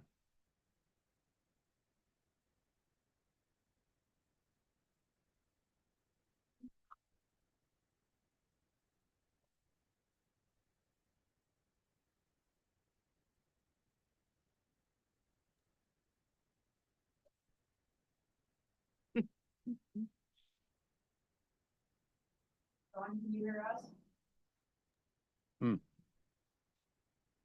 There's no Ron. He's a ghost. Doesn't even exist. Is he real? He does. Yeah, he does. I saw him. Yeah. Well, if this doesn't work, we can certainly have them come back at the following meeting and actually get this presented to you then as well. But we have filed this with the state. We've met our requirements with regard to what the state requirements are for getting the audit done and reported. Does this have to be approved under a certain timeline, or can we table it until we can have those guys on? I think you're okay to table it. I'd much rather suffer the consequences of whatever, if there are any related to a delay, than not have you hear from the auditors directly. So, Right. okay. I think it's important that we hear directly from the auditors. But go ahead. I was just gonna say, I will move to table this until we can get the auditors on. I think that's good because maybe we'll get them on before the end of the meeting. Possible. And we, Possibly. so if, yeah, I think that, yeah, until we can get the auditors, I think that's a good motion. I'll second it. All right, motion by Tawny, seconded by Jason to table. Any discussion, Tawny? Jason? No. Okay, the only thing that I think we do want to know, I know I want to know, is what the plan is to correct these, significant findings. I know with the fund balance, we just transfer the money out and put it somewhere else, but with the accrual situation, I think we really want to know what you plan to do to. Yeah, that's your fair. corrective action for that. Sure. Both of those really were issues that more or less just got dropped in the transition last summer as we were, as I was taking over for Ben and kind of that little bit haphazard transition there. So the city will be working closer with Polaris, our accounting software firm, who can help us do all of these accruals and help us with I can do the transfer with regard to the general fund now. So that's a super easy one. The accruals piece is something we want to make sure we're getting right. And that does require a little more attention to detail and tracking and figuring out when exactly expenses happened or revenues came in as we got closer to the fiscal year end. So I'll be obviously paying a lot closer attention to that this year. I would say that there isn't anything from a structural standpoint necessarily, or like a procedural standpoint that we would need to do different. We just need to actually do the things that we know now that we need to do, if that makes sense.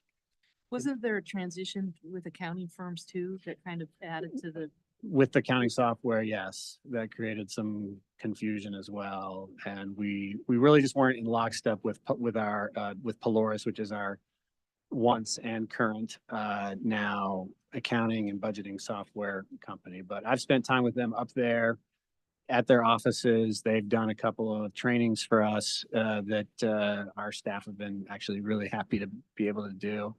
And we'll be doing more, and we'll be just a little more in lockstep with them about making sure that they're doing what is actually part of their contract to do for us with regard to handling these sort of accounting details around accruals. And David, I would like to see added to that, once this current fiscal year closes up and you have time to put all these corrective measures in place for both these issues, I would like to ask that you in August report back to us and just show us how these have been implemented. That sounds like a good plan. We'll do. so you want that before or after we close out the budget? So I'm just trying to think to make sure we get it on the right agenda. I think after, I think it, yeah, Okay, so just, July yeah, or August. yep. Okay, sounds good. Because All right. we still need to wait for some of those actual receipts to come in July and Okay. August, essentially, to be able to accrue them back. Does August give you enough time? Yeah, to- I think that'll be Okay.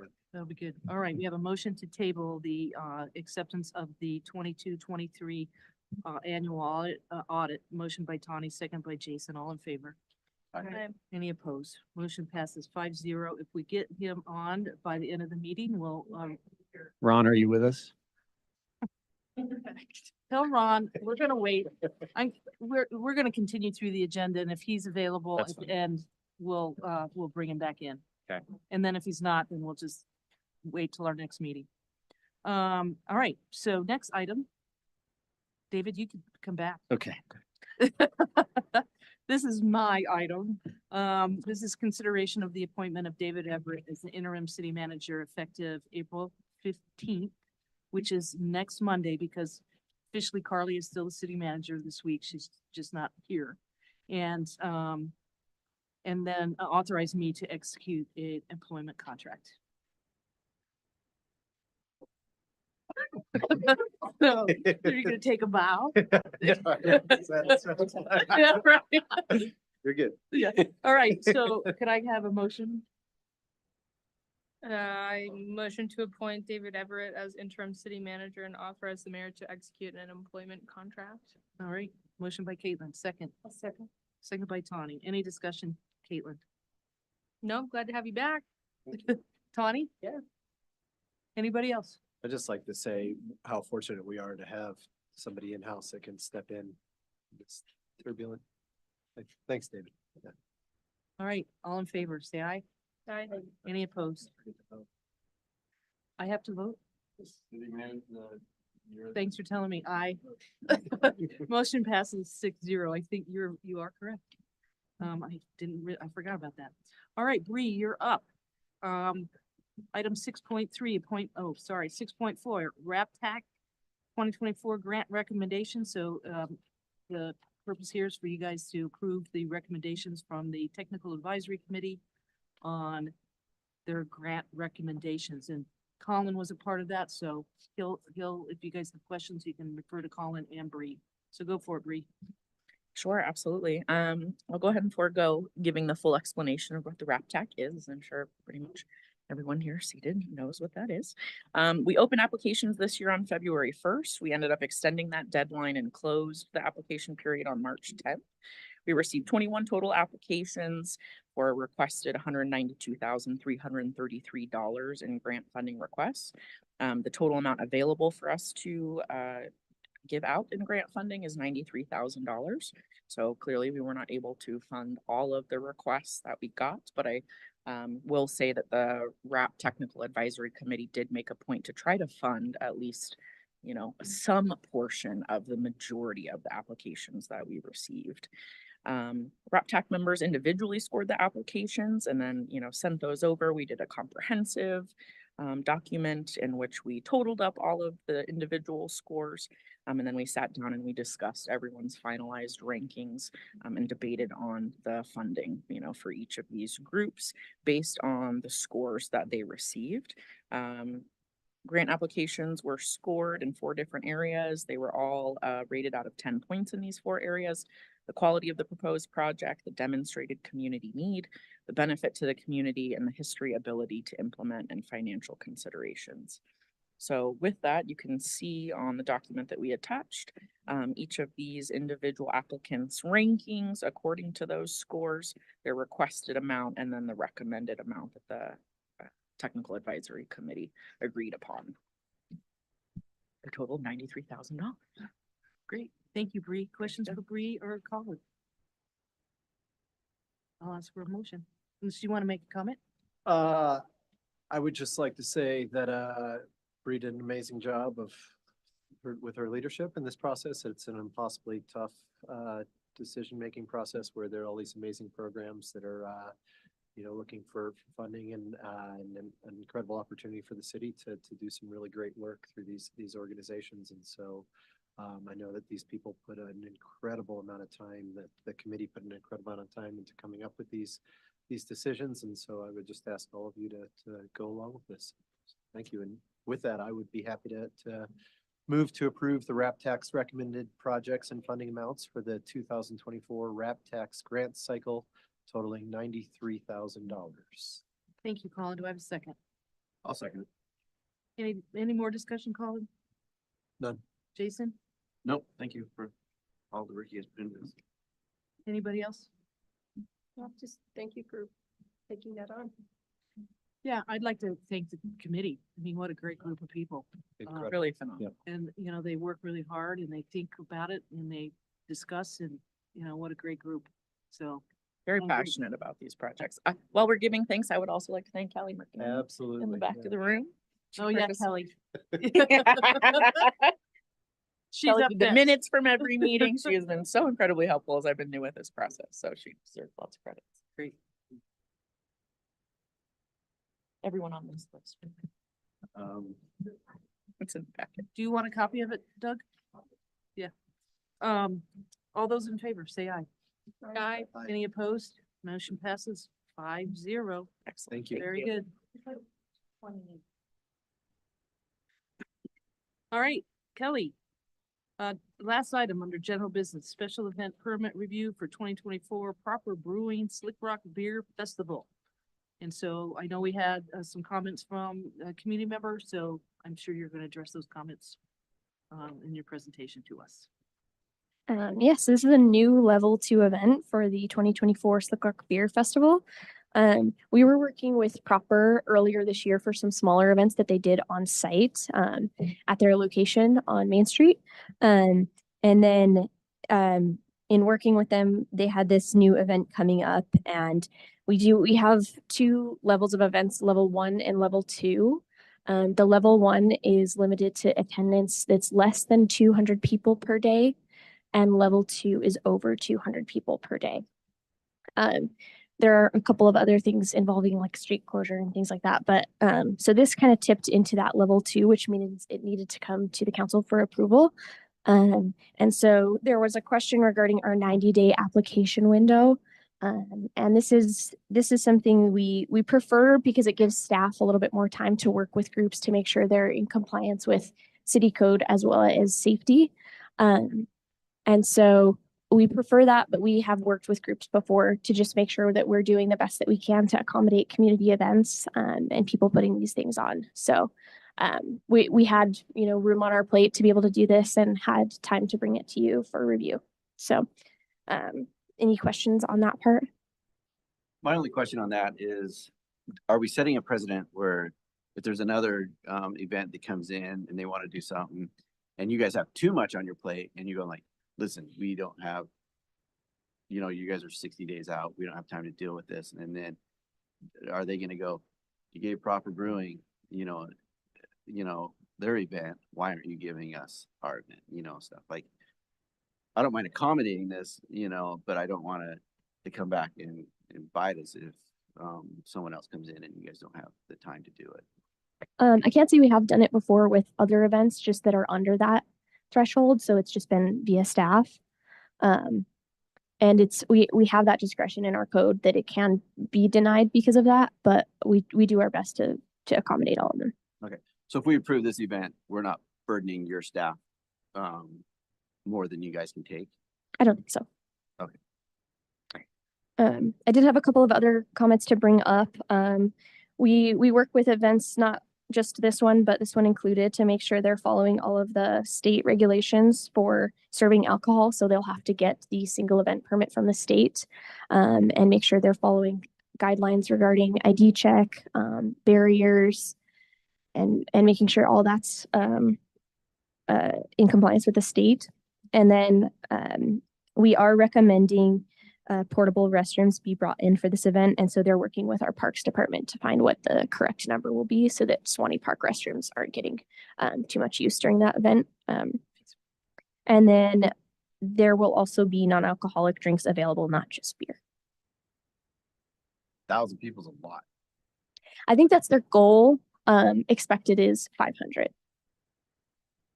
And is this an event, they've had this event, this exact event on site at Proper before? Is that what I heard you say? No, Oh, because they just opened a year ago, so I don't Oh. think. They did have a big. They did have Yeah, a big they did event. this last Oh, year. did they? They did, Oh, okay. Yeah, but sorry. it's on site. So there is a I don't model, drink okay. beer. It was a wine event. I'd be there.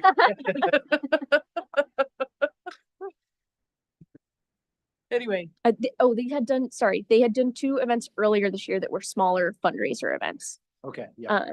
for parks So and it's- for it's smaller, yeah. Science Moab. So do they need to get like the PD to sign off on it, like the fire department? It goes through staff approval, so we won't just have council approval. If this goes through, we'll still work with parks, streets, PD. But it comes to us first and then it goes to them? So we've kind of been working with them as this has gone through to make recommendations and requests. But we continue if it gets council approval to make sure we're checking all our boxes. So what happens if like the PD says we can't handle this? Then is it just done? So they'd be able to, if the PD can't handle it, they can then ask Grand County if they're available to provide security or safety, or do it via private service.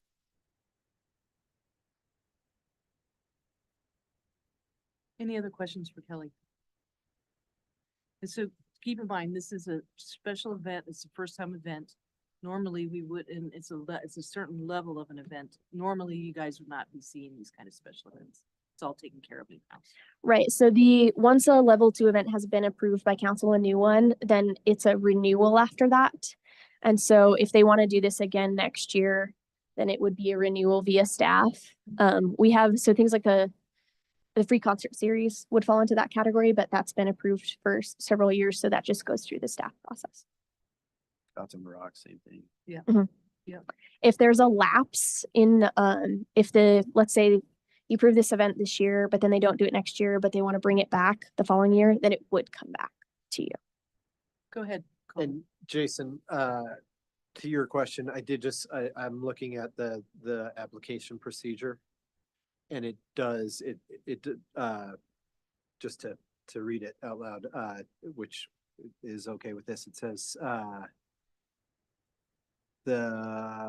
must be completed and submitted to the special events coordinating according to the guidelines below unless otherwise approved by the special events coordinator upon showing good cause. And there has the not less than 90 days. And so it's not a hard and fast rule. Yeah. It does give you some leeway. So that was a concern of mine. And so thank you. Yep.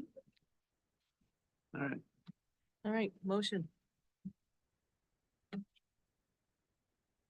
I will make a motion, well, if I can find it. I'll make a motion to approve the Proper Brewing, special event permit for 2024. Motion by Jason, I'll second that. seconded by Colin. Discussion, Jason. No, Colin? I would just like to say that I love to see our parks, especially Swanee Park, used by events. I love to see them just swarming with people, and I think it's such a great use for our parks. And so thank you. Yeah. Anybody else? All in favor? Aye. Aye. Anybody opposed? Motion passes 5-0. And I think we have our auditor. Matt left. Oh, no. He missed it. Is he really there? It shows he's here, but I think we have tried calling him on our integrated phone. I believe you said once. Is that? Yes. So, I mean, Okay. we're gonna try. All right, we've got 5 minutes to try. We'd call him if this didn't work. On our. 5 minutes, Don't even, yeah. 30 seconds. 30 seconds. Ron, are you there? Have to dial 9? I don't think so. phone a friend. Are you, I'm doing it right?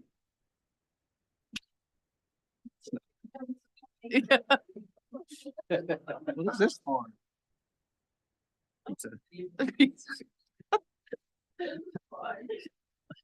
Nobody's answering, whoever's we're calling. No. Well, that's who it is. I have a cell phone, I think. What's your, what you got?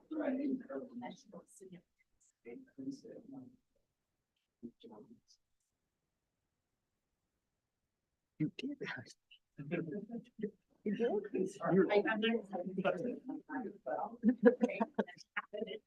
It's the greatest things happen. Are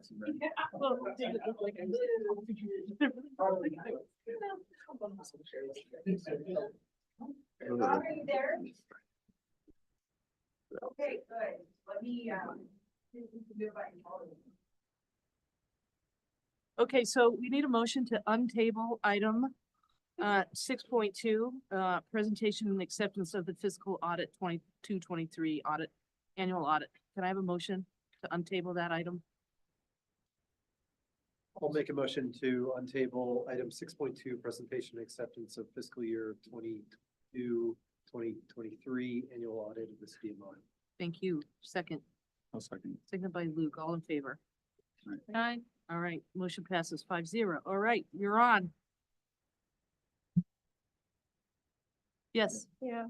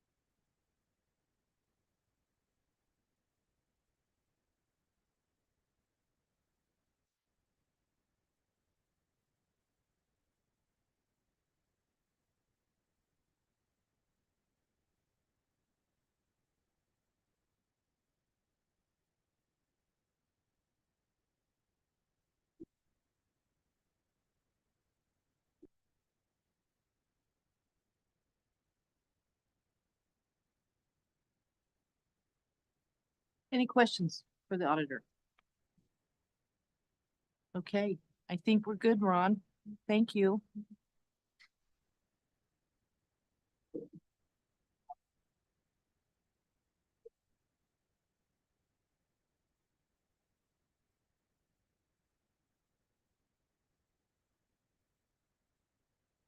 Thank you.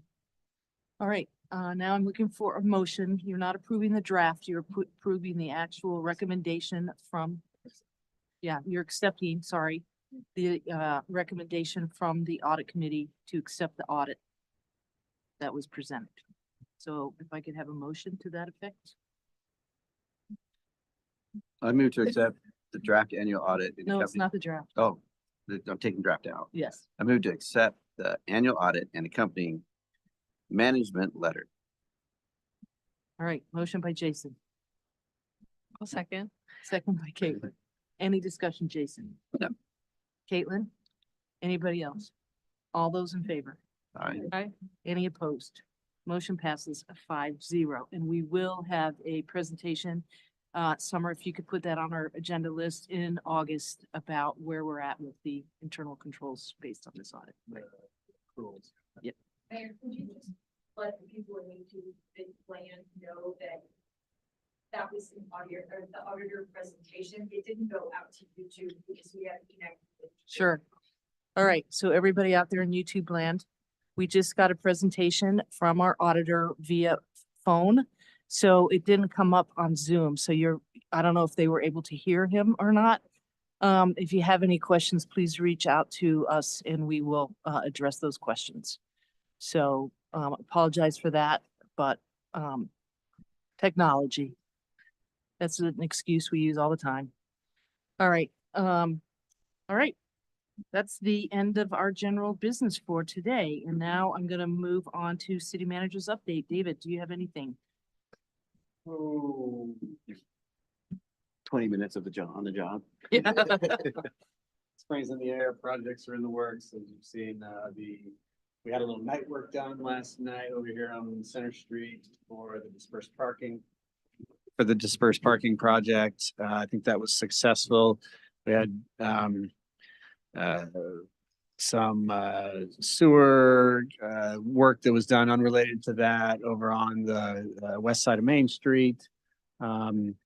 We've had we continue to work on Cane Creek Boulevard. If you've been down there, you'll see incremental progress daily, so that is moving along as well. So I feel like in terms of projects, we're where we had hoped to be at this point. So knocking on fingers crossed with the wood desk that continues.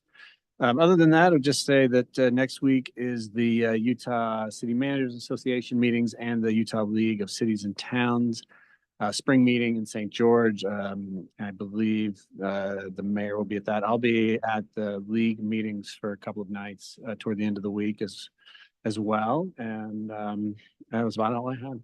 Okay, thank you. Moving on to council reports. We'll start with you, Tawny. Okay, because mine's short. I attended the audit committee last week, and it was short. I know you've been busy with personal matters. so Yes, I have, so, Understand. but I have, my meetings are coming up later in the month. Colin. That's pretty short too. Lots of budget discussions, meeting with our new assistant city manager, Bobby, still here, yep.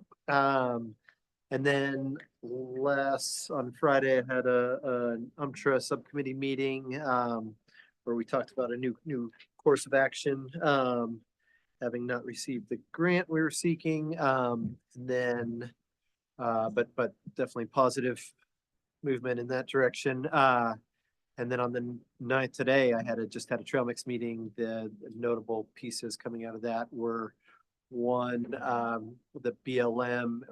While it's outside of the city, the BLM has initiated the environmental assessment process for the missing piece of paved pathway out River Road, a half mile between the end of the path and Grandstaff Canyon, which is something that a lot of our community is pretty excited about.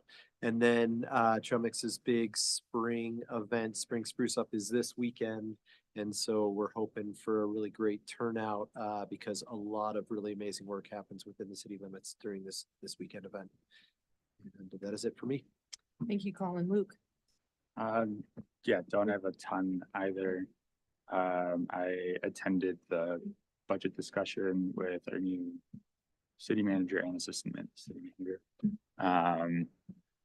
Yeah, attended the open house kind of going away event for Carly. It was nice to see the amount of staff that came out and kind of supported her. And then, yeah, not too much. I have my LHC meeting tomorrow and then planning commission on Thursday. So Did you get a suit? there is hiccups, but yes. Okay, good. That's an important thing Yeah. that you had to do. All right, Caitlin. I also did a budget meeting, met Bobby, wished Carly farewell. And then last Wednesday, I attended a Moab Main Street meeting.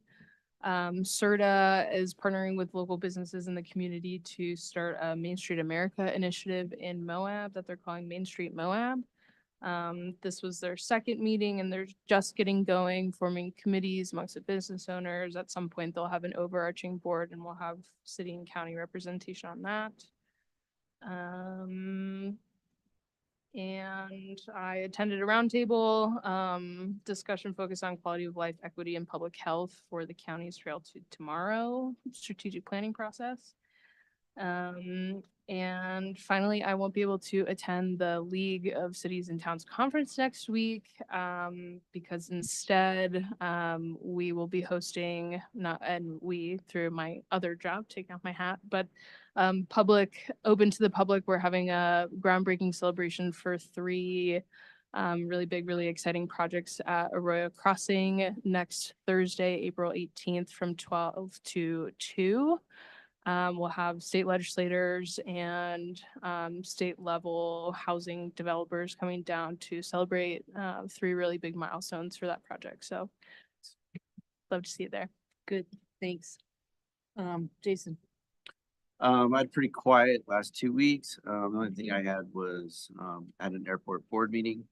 And more discussions upon flights. Flights were down about 60% from last year, which is a concern. And which means that fuel cells were down 60%, all the accessory things were down about 60%. So there is some, the president of Contour is supposed to be meeting with the airport board, hopefully the next meeting, and kind of discussing what their plans are and their future plans are, which will be good. So that was kind of the big thing that was talked about at the airport. And then I did end up do a budget meeting with Bobby and David, and then a few other little meetings, but nothing super eventful. That's all I've had for this time. Okay, thanks, Jason. I've been spending a lot of time with David and Danny in HR to get prepared to advertise and move forward with the city manager position. A lot of time regarding that. Association of Government / CERTA meeting, which we have every month. I believe the meeting's canceled this month. And then also with Colin, we met with the subcommittee for the future site of that committee. And as you all recall, we did have a nice presentation from Michael about the opportunity for this grant. We did not get asked to apply for the grant. We feel part of the issue is because we don't actually own the land yet. So the DOE probably didn't really want to give money to a project that the community doesn't even have access to. So and we don't really know for sure. Those were just assumptions, but we feel like it's important for us to continue that momentum, apply again next year, really work with our congressmen and the DOE to make sure that that land is transferred to the city and the county. So we felt it was important for us to continue that momentum, and it sounds like we're going to do that. More to come. We'll be meeting again in May. So we'll have more to report on after that meeting. And that's all I have. So with that, I would like to ask for a motion to go into closed session. We have 2 items on here, and I'm going to ask that we make a motion to discuss both, because I'm not quite sure where this all fits in. So if I could have a motion to go into closed session to discuss imminent or pending litigation and discuss sale of real property. So moved. Second? Second. All right, motion by Jason, second by Colin. Any discussion? All in favor? Aye. Any opposed?